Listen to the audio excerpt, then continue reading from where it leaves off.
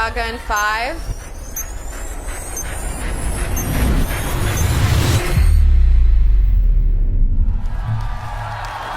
Hi everyone, I'm Benito Skinner. I'm so honored. Stop it. I'm so honored to be celebrating Mayhem with you. We're gonna do a little press conference. Are you ready? Can we do this? Everybody, Lady Gaga.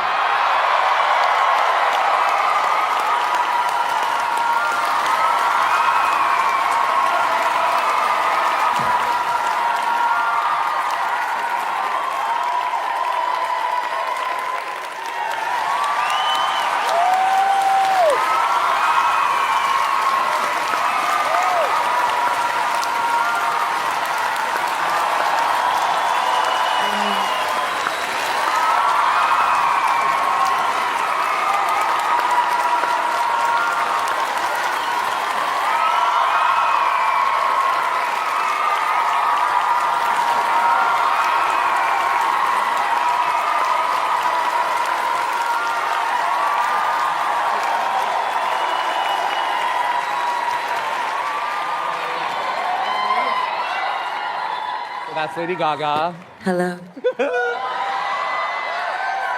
Hi, everybody. I'm so happy to see you. Thank you so much for being here today. The album. Wait, the album. The album. The album. It's Gaga. Do you like it?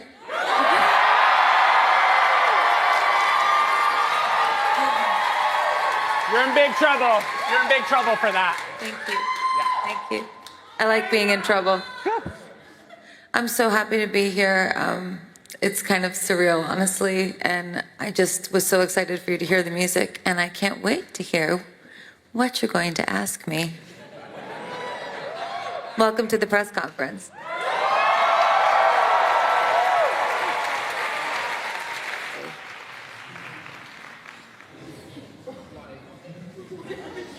I'm Mario. Hello, Mario.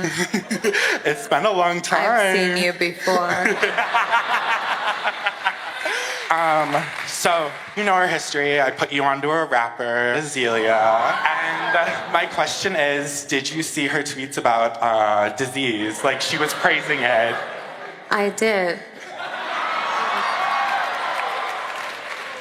Where, you know, justice for Ratchet. That too. But yeah, that's my This question. really is a little Monsters press conference. I was like, how many seconds in is Party Not just gonna be brought up? But Yes. okay. It might as well be 5 a.m. Yes. Hi, Diva. Hi.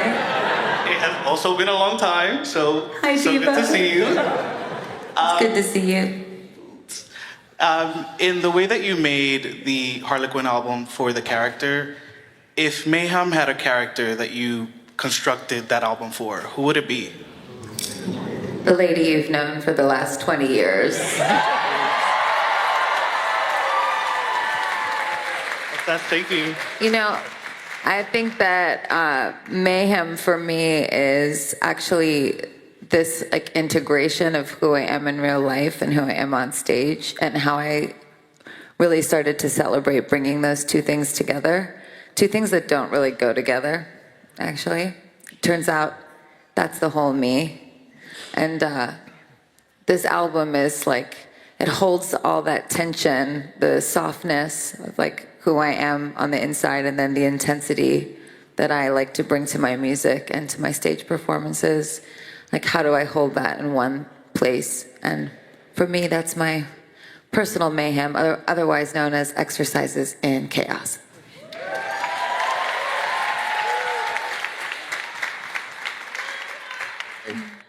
Here? Okay, just someone stand up. I love you. Repping from the Big X, Bronx. Big Bronx. My one question is, what's the T on Telephone Part 2?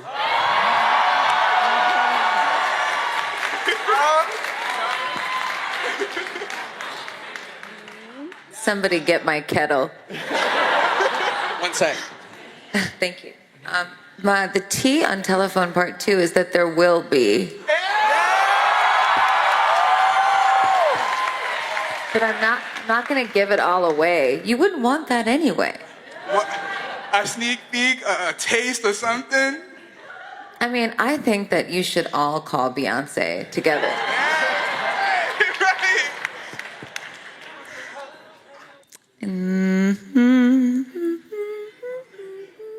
Here.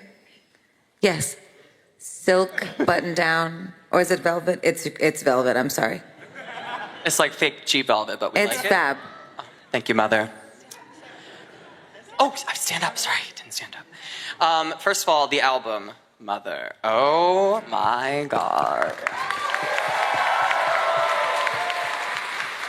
Incredible. Obviously, we all love Die With a Smile on that album, an incredible you. collaboration. I would love to know, what is a dream collaboration of yours? If you'd choose anyone, living or dead, to collaborate with, who would it be?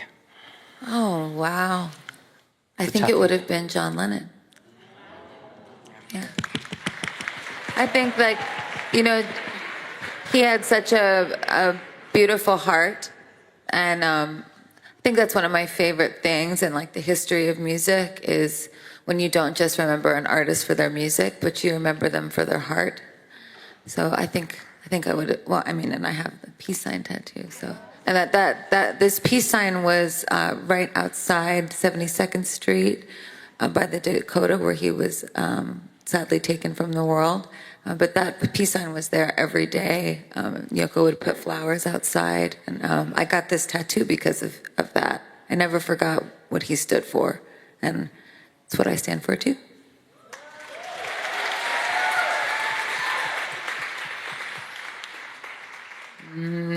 The hat.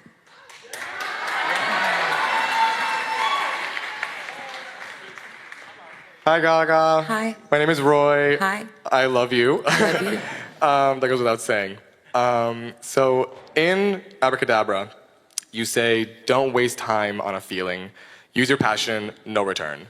How does it feel to know that all the passion that you have put into the New York City nightlife has been shaped by that passion of yours? I cannot imagine going out in Manhattan or Brooklyn without hearing Gaga at any bar. And if I don't hear Gaga, then I'm getting out of that bar.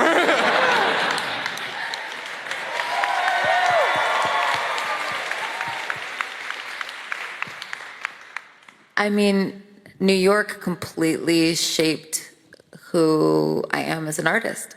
And I didn't want to leave New York when it was time to go to college because I felt like I hadn't seen it all yet. And I've been talking about this a lot recently, but being on the Lower East Side, especially with Lady Starlight, like, Shout out! an amazing musician. That time was so special because I had this community, and I was living in this area basically where everyone was a musician or a writer or a photographer or a dancer or a club promoter, a bartender. It's like working in the arts and in nightlife, and we all supported each other. And I would never have created my stage performances and my persona had that community not existed. And so it means a lot for my music to still play in New York. And just to see you all here so vibrantly, like that time, it makes me feel like it's still alive in you. And It's very alive in all of us. It's really like a total privilege. And I feel like that time taught me so much, it's like community is everything.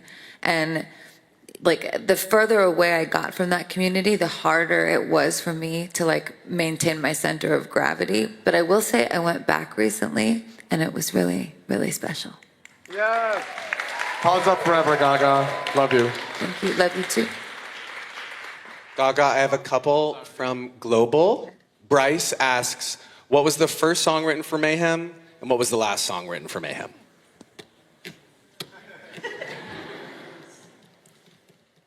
Okay. The first song written for Mayhem was Vanish Into You. That was track 5, I think. Track 5. It is, thank you. And the last was Die With a Smile. So like the album like ended in a happy place, but it started out like in this kind of, it's interesting. They're kind of both apocalyptic love songs, but one is just way less hopeful. In Vanish Into You, I imagine that I'm just want to disappear into the person that I love the most. And Die With a Smile, there's this like sense of peace. And I really wanted Mayhem to end. Like I wanted to know that for myself too. And I really did find that. I think that like we can all bear a kind of personal chaos in our lives and then find a sense of peace and stability. And I'm really, really happy that I did, but that I get to put all the instability into my artwork.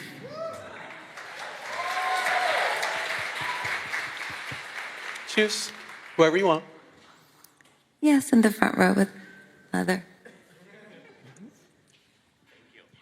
I'm too nervous to stand, so I'm going to sit down. You have changed my life. I know that everyone says that to you, but I have never been able to say it to you directly, so I just want to say thank you. You've changed mine. Oh my God, I'm so nervous. My question, sorry. My question is, there's a lot of lore about your demos or unreleased songs and rumors of it. Did you revisit any of those for Mayhem, or do you close the chapter in the era in which you wrote it and let them rest? You know, I think at one point I was feeling anxious and I like drudged up some demos and I just listened to them and then threw them out.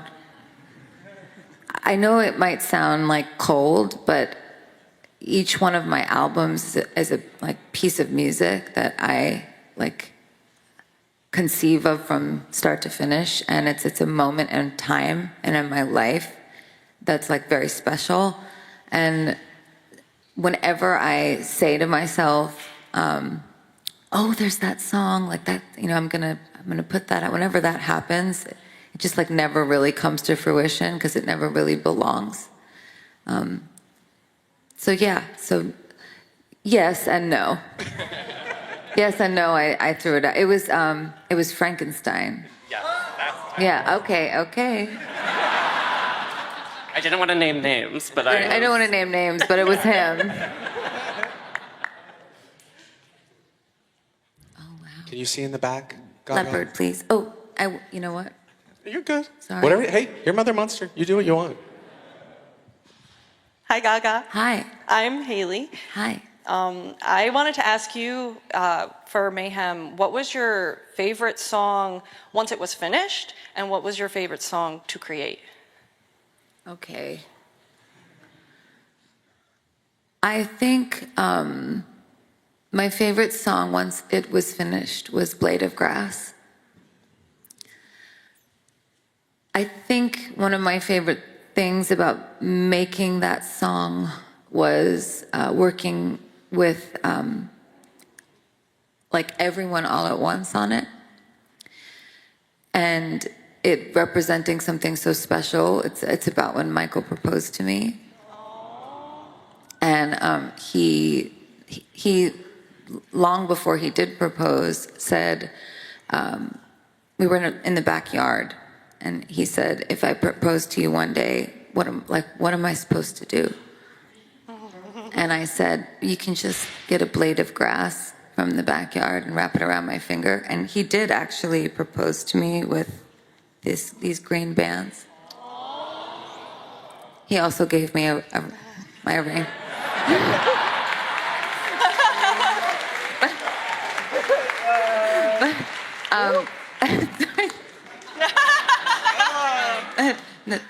You've seen it. It was a very special moment, and I started writing that song at home with him, brought it into the studio, and Gus Staffelstein was there, and you know, he was talking to me a lot about wanting to make a very classic record, and I thought that was kind of interesting. You know, sometimes I'll meet people or work with artists, and you meet people and they say like, we really want it to be Gaga or whatever, and I don't even like fully know what that means, and I feel like I sort of did that to Gus Staffelstein. I'm like, we need to do like a dance, I was like kind of trying to egg him on, and he sort of looked at me like, can we just do something original? And then we all did, and it was really it's special because every time I hear it, Michael and I, when we did the bridge together, I said, I'll give you something, and it's no diamond ring, and he said, the air that I'm breathing. When I hear that song, it represents this special time in my life, but also just to explain, like, my backyard and those blades of grass was also like the place that I saw my friend Sonia get married, and then like later she'd be like 2 months like passed away.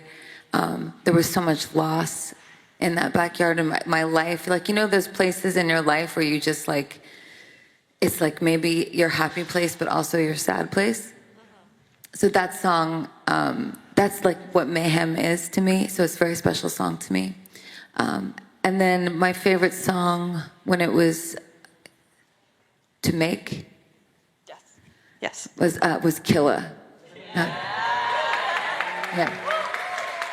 It's another record with Gus Staffelstein, really, really like an industrial funk song.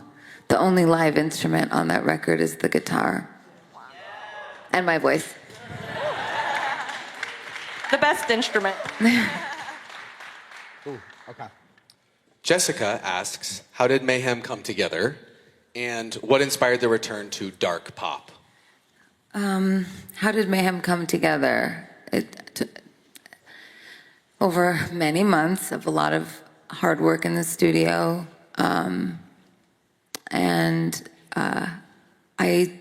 How did I return to dark pop? I think I learned a lot about not being dark while I was making the music. And there's something kind of method about the way I make my records, and I've kind of become characters and through the music, and I still do that, but I've learned how to not let it completely take me over. And so I would say I returned to it because it felt safe to.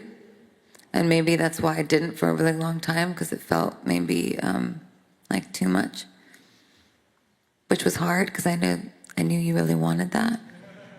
So I'm sorry, but also it was too hard. But we're okay now. Bring it on.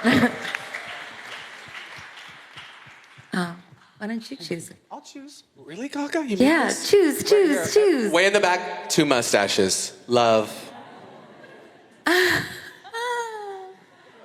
Hey, girl, that's Lady Gaga. Isn't that so I'm nervous too. Do you see how nervous I am to talk to you? I'm so nervous. Hi. Hi, Gaga. I'm Hi. Rob. One of my favorite eras of yours is the Tony Bennett era. And I feel like something changed in you and that you grew. And so I wonder if there was something that he taught you that you bring with you into the way you make music now.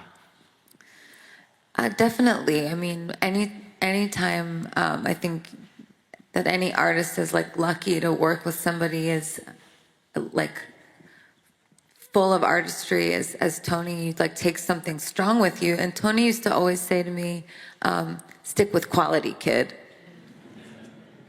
I thought that was really smart.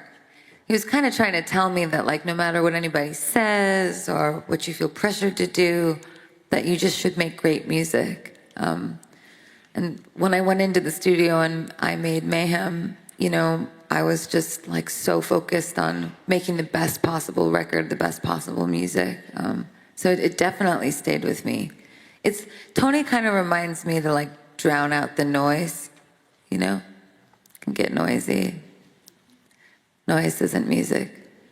Only sometimes, if I want it to be.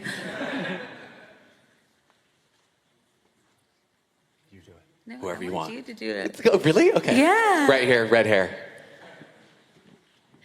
First of all, the album is so It is.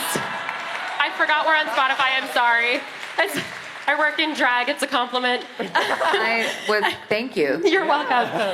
So you talked about community, and through your music, I found the drag community, and I've now had the blessing of a drag career for about going on 10 years. Thank you. You're a huge inspiration to drag artists everywhere. And whenever I listen to your music and I'm on, long car rides, I find myself going, okay, if I was going to perform this song, I would do this and it would look like this and this is what it would be. When you have a new album out and you find yourself staring down the barrel of things like a tour or performances on TV or whatever your version of a drag number would be, which is just kind of what you do anyways, do you ever do the same thing? Do you listen to your own music and go, okay, this would be fierce, that would be cool? Like, how do you conceptualize the numbers? 100%. Yes. And actually, when I'm writing songs, I have total visions. And when I made this album, I had all these gothic dreams, but while I was awake, and there were all these dark, just visions. And each one of them, I'm trying to bring to life in its own way. Like Abracadabra was its own gothic dream, and it came to life in the video. And I think that those visions are really powerful and they're important because it's your artistic intuition and it's meant to be followed. Whenever I don't follow that, I'm like, why didn't you? It's almost like I let it go. What could have been? What could have been, exactly. So absolutely, it comes out in tour, it comes out in videos, it comes out in personal style. Those dreams are really, I think that's a through line to some of my earlier records too, is gothic dreams, and that was how I found Mayhem, I think, is I realized that. Right here. Yes. Hi, how you doing? Hi. Okay, so I wanted to start out by saying that I'm a heavy supporter of you. I'm 19 years old. I've been listening to you since I was 5. I remember when my mom told me I was literally listening to Telephone with my t-shirt and her heels on. And so I wanted to say, as you being, a big celebrity, you have a lot of haters and you don't let that phase you. You still do you and you still make your music and you strive in it and you do your big one all the time. So I wanted to ask you, what's the inspirational speech you can give to the new generation? You just gotta do you, and all you can do is your best. Oh my God. I'm sorry. I'm sorry, I'm fangirling too bad. I love you, but... I love you too. I love you. I love you too. Any of us, to me, this is just what I believe. I'm not really an authority on anything, but this is what I believe. I think we're all trying our best. And that's all we can do. And sometimes people aren't gonna like it. And that's life. And that's a quote from a song I sang in Joker. You have to be willing to die on the sword with your work too, I think. Oh my God. Okay. This is so fun. Why did we not do this forever ago? Okay, this sparkles. Okay, Queen of Pop, everyone. Okay, so I'm gonna abuse my BFA a little bit here. A few years ago, you did a interview with Lin-Manuel, and you expressed interest in maybe wanting to do Broadway. And I, as a theater queen, obsessed with your performance on the Oscars. The Sound of Music tribute was one of my highlights of your career. And I just want to know, like, is that something that you still would love to do?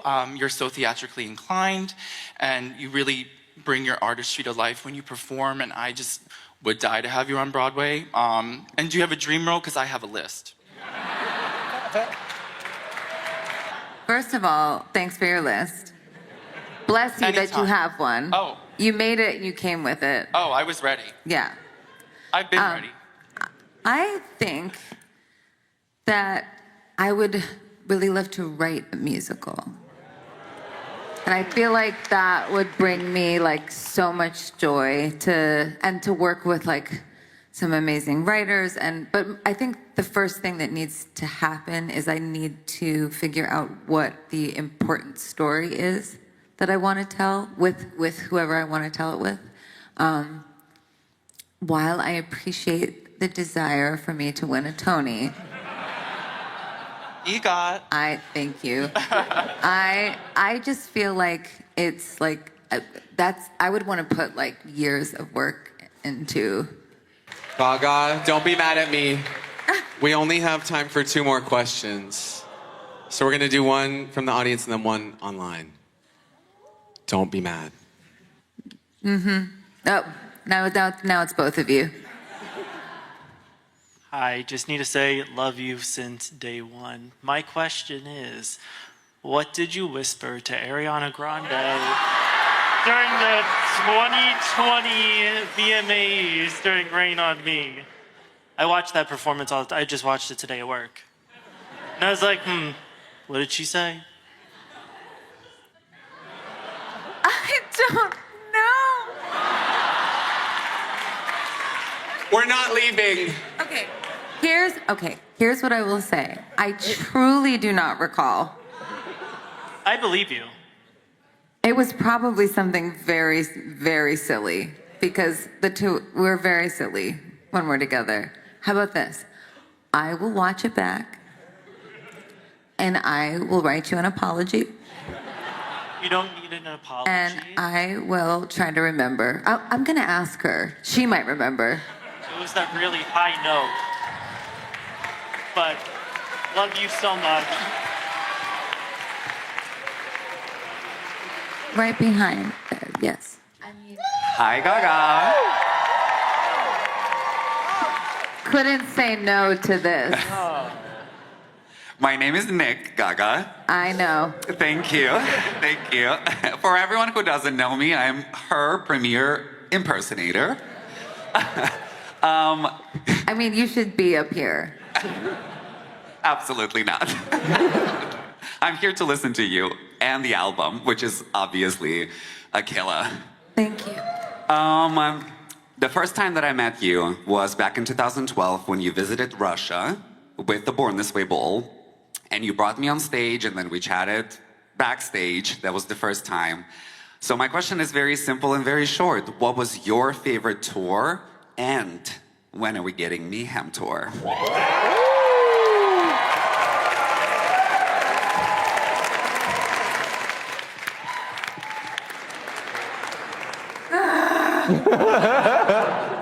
Okay. My favorite. I don't know. It's okay. I know, but they're okay. But when I did the Fame Ball, it was the first time I ever saw you. I know that the Fame Ball was probably, it was the most inexpensive tour. It was like the low budget tour. It was my early tour. But that was when I like met Little Monsters for the first time. And then the Monster Ball happened and everything. So I would have to say the Fame Ball, I think, because it was such a different grind. I was on a bus. I did like. You were where? Yes. Yes. No, I lived on a bus. And I did 3 shows a night. 3. I'm serious. 3 shows. I would open for New Kids on the Block or the Pussycat Dolls. And then I would play 3 clubs. And then that turned into theater. I probably got this wrong because it's like a blur. But anyway, thank you for all the tours that you've supported and come to. They've all been important to me. The art rave was also really special. The reason the art rave was so special was because that album was so criticized. And Justice for art pop always.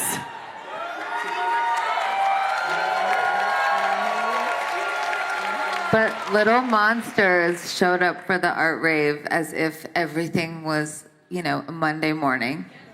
I was there, yeah. It was, but that's like, I mean, thank you. And there will probably be something soon.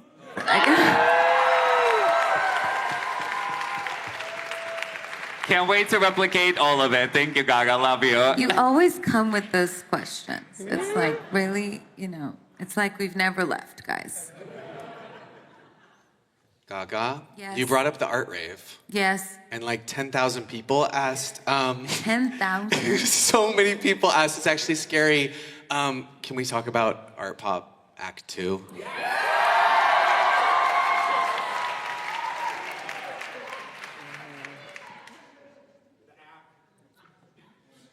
Now this feels like a courtroom. It is. This is a trap. Okay. Okay. So when I make my records, there is a reason that songs are left off. And it's because some simply are not good enough for you. And I'm not saying that it's a never, but I am saying that I'm not gonna take all my demos that I specifically left off the record and just chuck them on an album and put the number 2 on it. No! Do it tonight. Stop it right now, Gaga, you're doing it. No. Okay, but I'm not saying that it's impossible. I'm just saying that it's, you know, it's not gonna happen like that. I would just wanna go in and, I feel like it would have to be reactionary too to what so much happened when we dropped that record, you know, as a, you know, community. So I feel like we would have to kind of respond to that with the music, which is maybe some of what's on Mayhem. So I would have to, I mean, that was my EDM opus, that record. So, but I would have to like, I'd have to get back in that headspace and complete it. So, Lady Starlight's playing at Basın on I mean, that is an excellent idea. Gaga, thank you so much. Thank you. And thank you for playing Mayhem. And thank you, Little Monsters. You're the best, truly.